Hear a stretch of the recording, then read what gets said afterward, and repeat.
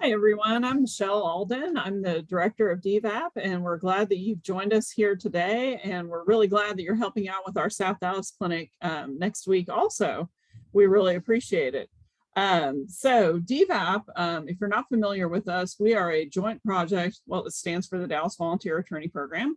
And we are a joint project of the Dallas Bar Association and Legal Aid of Northwest Texas. We were created in 1997 when the two separate pro bono programs of these entities came together to create one program, so that we're working together as efficiently as we can and supporting each other with the resources of both organizations. So what we do is we help low-income people in Dallas County who need legal assistance, civil legal assistance specifically. So the different types of cases that we see, and you may see any of these coming into next week's clinic, a lot of the cases are family law related. So we'll see divorces with and without children, custody matters, child support matters, the occasional adoption, which would normally have a termination and then an adoption as part of that as well. We also have guardianship cases, estate planning cases, as far as drafting wills and powers of attorney, probate cases, consumer law cases, Chapter 7 bankruptcies. Although we can't help with criminal cases in general, we can help with expunctions and non-disclosures of criminal records to help people get those cleared up so they can be in a better position to pursue education and housing and things of that nature, employment. So that's kind of an overview of the high points of the different types of cases that we can help with. Generally, again, we cannot help with criminal matters. We cannot represent people who are incarcerated, and we cannot help with immigration matters generally either. We are kind of in a time of transition with our clinics at the moment. We are still doing virtual clinics that are taking place every Thursday. And now we have just started, you all are on the cutting edge of helping us get back to some in-person clinics right now. We have started back with the South Dallas Clinic first, and we've only done one of those in person so far. So you all will be helping out with the second in-person South Dallas Clinic. And then the next clinic that we're starting back with in person as well is the Veterans Clinic. So we'll be picking that one up in May, and that one happens on the first Friday afternoon of every month. So we're excited to get back to some of these in person after a 2-year plus hiatus. Now, as far as the people that we can assist, obviously these are low income people who cannot afford to hire an attorney to help them.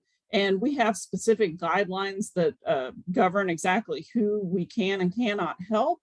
Through the legal aid side, we do get federal funding from the Legal Services Corporation on both sides of the DVAP equation. We do get state funding from the Texas Access to Justice Foundation. And then we also have a private fundraising campaign that we do every year called the Equal Access to Justice Campaign. So on the LSC and TJAF sides, those grants have very specific requirements. So we have to follow as far as who we can actually be able to assist. We have to look at everyone's income. When they come into the clinic, we do an intake process where we review their income and their assets. So we take a look at the federal poverty guidelines. And that comes on there's a chart that we have that we go by the number of people in the family, in the household, and then we look at percentages of income. So if they fall below 125% of the federal poverty guidelines, they automatically qualify. If they're between 125 and 200, we look at all their expenses and take those out to see if they qualify. So that would include expenses such as rent, mortgage, medical expenses, clothing, food. Once you take all those out, they normally would fall below 125 and qualify. We do use private funding in a few instances to go up to 300% of the federal poverty guidelines. So we do that in cases involving veterans and their families and also small business owners. To give you an idea of the level of income that we can assist with, Under the current guidelines, these are updated every year by the federal government. For a family of four, 125% of the federal poverty guidelines would come in at $34,687.50. It's very low for a family of four. So definitely these are folks who, that they have nowhere else to turn as far as legal assistance. So we do look at their income, we look at their assets and make sure they don't have a bunch of money sitting in a bank account somewhere that they could also use to hire an attorney. And then we have to make sure they're either a citizen of the United States or a legal permanent resident. Again, these guidelines go back to LSC and TJAF. There are a few exceptions for that. Particular qualifications. If someone is a victim of domestic violence or human trafficking, or if they are a refugee, they could still qualify, but there are just a few safe harbors there. So what happens at the clinic is the support staff will go ahead and do the screening to figure out who qualifies. And then those who qualify will be ready for an interview with you all. And this is where I will turn it over to Kristen to take it up from here. Thanks, Michelle. My name is Kristen Salas. I am one of the mentor attorneys at DVAP, and I recognize a lot of names from you guys that take cases from us, so we thank you for that. It's good to put faces with emails now, but thank you guys for doing the clinic. So basically where you guys come in, like Michelle said, you don't have to worry about making sure they qualify or anything like that. Once they get to you, our staff will have already screened them and to make sure they do qualify. But you guys are really there to take down the legal interview, to get the facts of the case, what the client wants, that sort of thing. So when you get there, basically the clinic opens about, the clients usually get there about 3:30 to 4. They start filling out a paper application. So according to the way it worked last time, the first ones are usually ready for an interview about 4:30. So just whatever you're done with the day, just swing on over. Would like for you guys to come anytime between like 4:30, 5:30, come when you can, leave when you must, that sort of thing. When you get to the building, it's going to be in the Martin Luther King Community Center. And there's a parking lot off to the west of the building, big lot you can park in. And then as you come in the front door, you'll see a reception desk. There should be a security guard there. And then you'll see a long hall that's going to be in front of you. So head down that hall. And the room that we're going to be in should be room, I think it's labeled A. And we'll have 2 paralegals there by the name of Carolyn Johnson and Miriam Capral. So look for them. They'll have a sign-in sheet for you guys to sign in so we can record your volunteer hours. And in that room, there'll be the stack of the applications that are ready to go. And what we do is we do put numbers on them on the top of the application, and on the top of the application what type of case that the person needs help with. So it'll say, divorce, probate, consumer, whatever the situation is. We try to keep these in numerical order.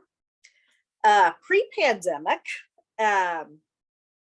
this was pretty much the only way that people could apply for legal aid assistance. So a lot of times folks would start showing up and filling out their forms at like noon, 11 o'clock in the morning, and they would just wait all day there. So they knew what number they were. And if an attorney took somebody out of order, there would be some upset people. So we want to keep things in order as much as possible. But once you've grabbed that application, it will basically have the basic information, name, address, that sort of thing. And then every application will have a questionnaire that's attached to it that will cover the basic questions for whatever type of issue there is, divorce, probate, consumer, whatever it is. What I've always liked to do is quickly look through that questionnaire before I talk to the person. So I've got kind of an idea of what they're wanting help on. And then, Lord willing, there should also be checklists in that first room for most of the types of cases we have. So grab one of those checklists with you. So if you're picking up a divorce case, pick up the divorce checklist as well. Those checklists are super great because they walk you through every single question that we would need answered for the particular type of case. And also, Lord willing, there should be fact sheets for the types of cases that we have. And these are just like one-page basic information on divorce, bankruptcy, consumer, that you may find helpful in case you need to give some advice to the folks that are applying. I keep saying Lord willing, because last time apparently there was something wrong with copier. We didn't have enough. So hopefully they will be there this time. But once you've grabbed your application, the clients are going to be sitting in chairs out in the hall, right outside the door. So you'll grab the application, literally call the hall, like, John Smith. Then John will stand up, and then we'll take him to the interview room, which should be room B, right next door to the intake room. And sit down and basically introduce yourself. Let the client know that you are an attorney, but you're not going to be their particular attorney. You're just there to take the initial interview. And then after the clinic, their application goes back to DVAP, and it's going to be our staff that looks it over and makes a decision on how and if we can help the client. Try to keep your interview to about 15 to 20 minutes.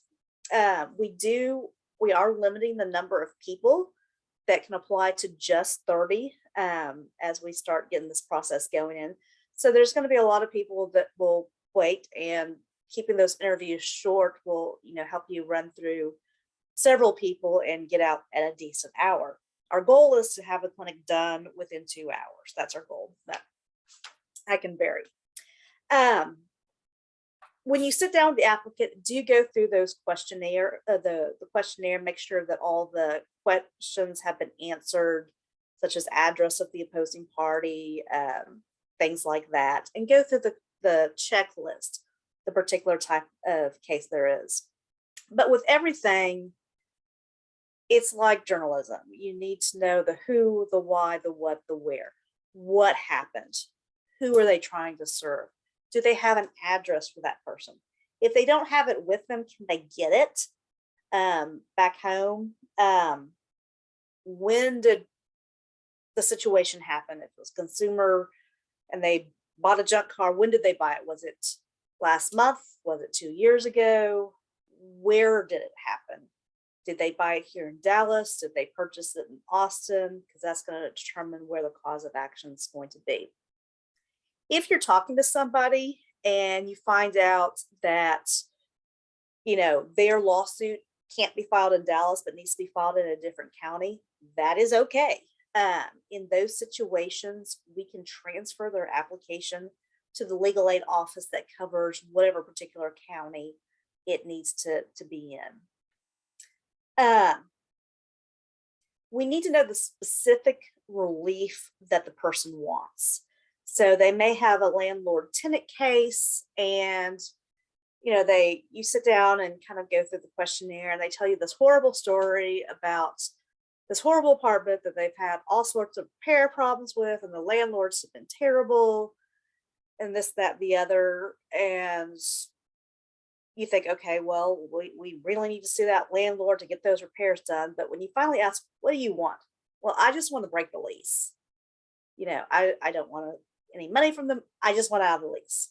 So just be specific about that. We do need to ask on every case if there's been any prior court action on the case, or if there's a pending court action. If there is, do ask what county it is, Do they have a cause number?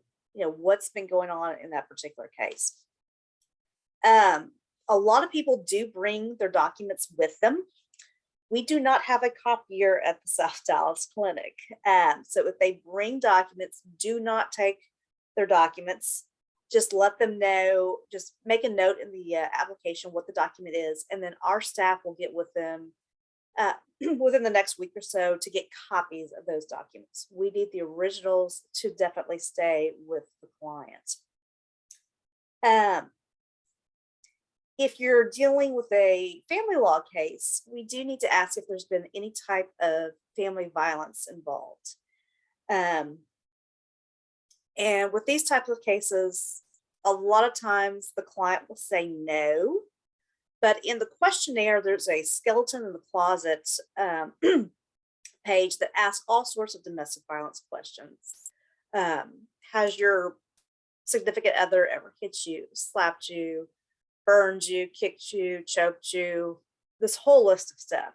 So if you ask about domestic violence and they say no, and they haven't filled out that skeleton in the closet checklist, do ask a few of those follow-up questions. Because what we have learned is that our definition of family violence is a lot different than somebody else's. Sometimes people do not think that it's family violence unless somebody goes to the hospital or the police were called, even though it's been in our definition clear violence. If there has been family violence, get more details. Ask what happened, when did the violence occur, how often does the violence happen, and you may have a situation where you're talking to somebody and it's been recent family violence and they're scared of their spouse. If you're in that situation, do let the person know to go ahead and apply with the district attorney's office for a protective order. Don't wait for us to make a decision. Go ahead and do that for their own safety. And at the clinic, we do have a helpful referral numbers lists, and the DA's office is actually on that list. So if that happens, run next door, check with the paralegals. They'll get you a copy of that list, and you can give that to the client so they can make the call to the DA and get some help. If there's any type of emergency, at the top of the application, write a big ol' emergency at the top. That way we'll put those at the top of our list and handle those first thing once we get back to the office. And, what's an emergency? If there's a hearing coming up at any time, we consider that an emergency.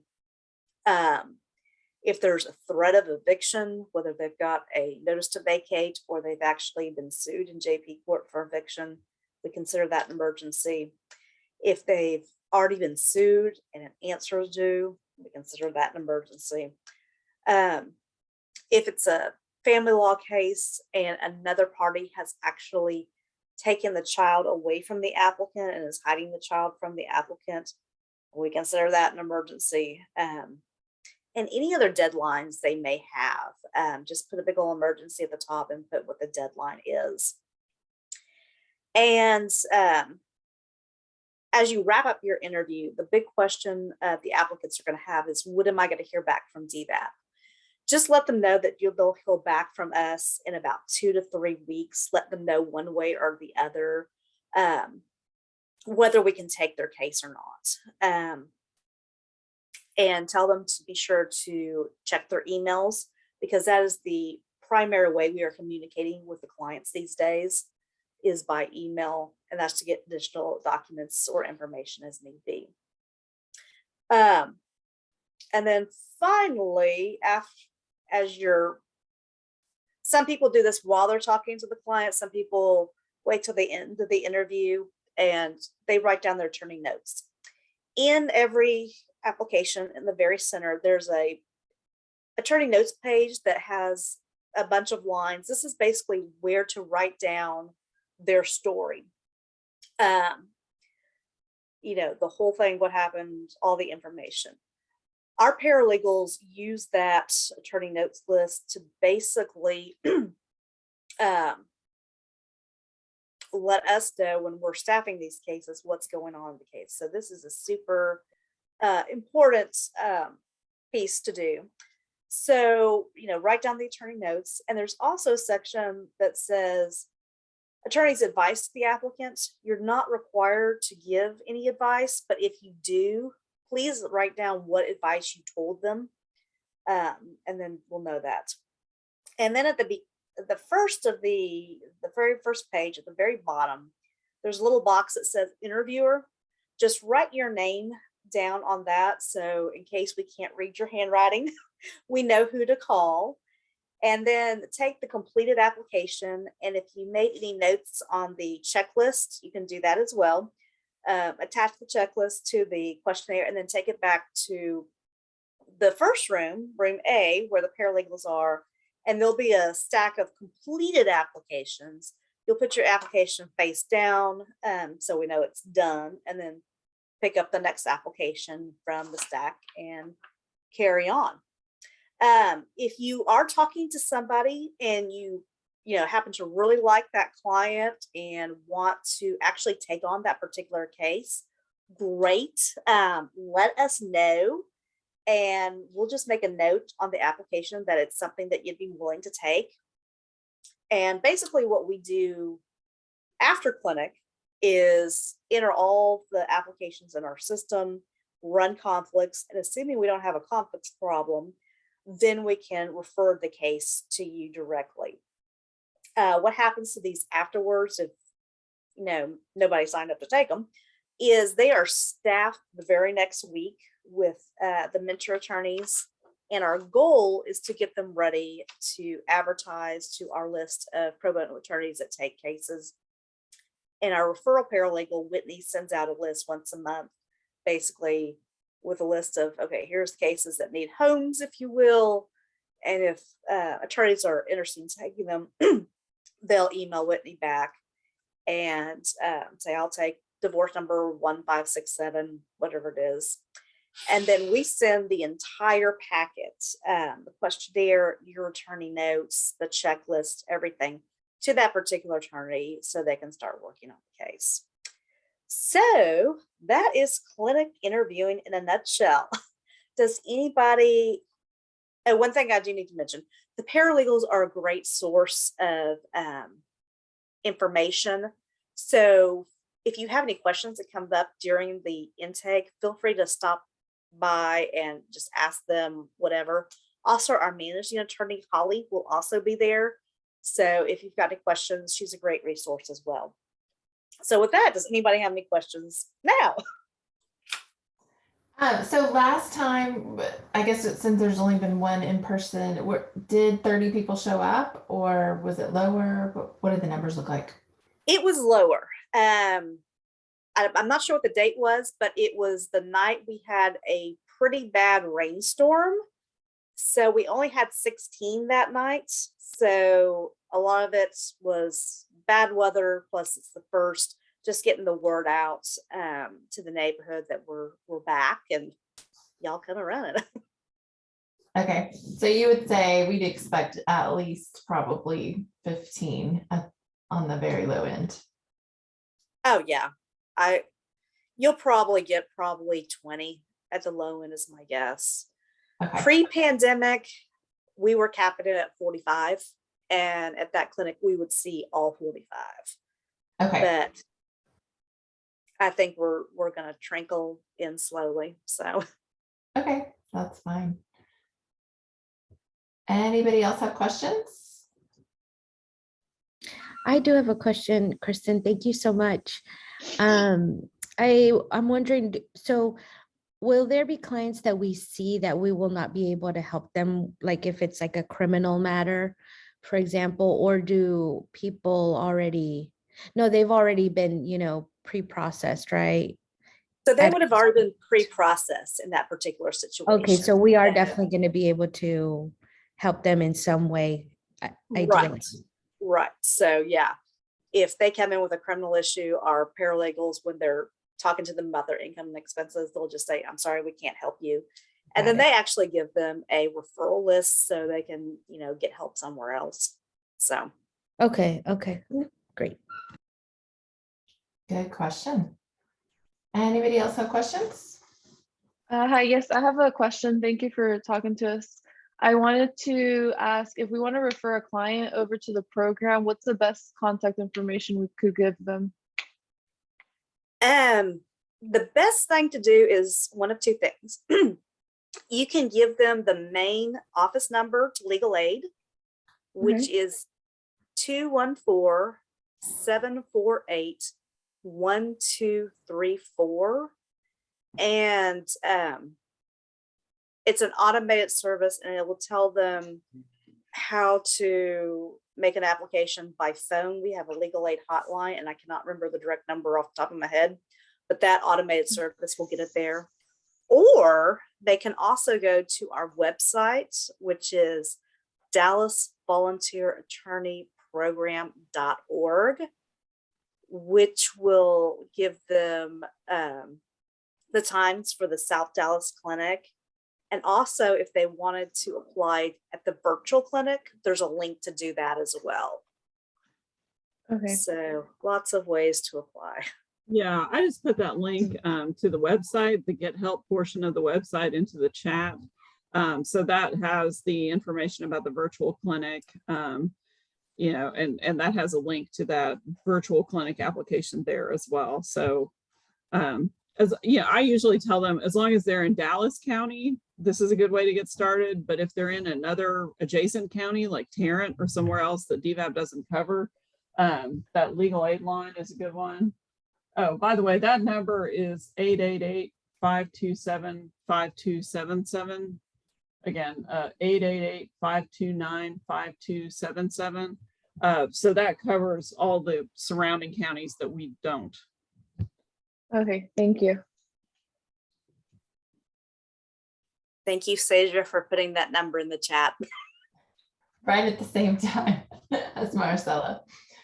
Okay, guys. Well, thank you so much for taking time, and thanks for working around our schedule since we have another Zoom at noon. This worked perfectly to bring everybody together now. So thanks very much for that. And I'm excited to get back to an in-person clinic. This is going to be fun. So thank you for the opportunity for that. Thanks so much. Thank you. Thank you guys for doing it. We appreciate you. All right. If there's no other questions, then I will see all of you guys over in the other Zoom, and hopefully we will see you DVAP guys soon. Sounds good. Thanks. All right. There. Thank you. Bye. Bye. Thank you.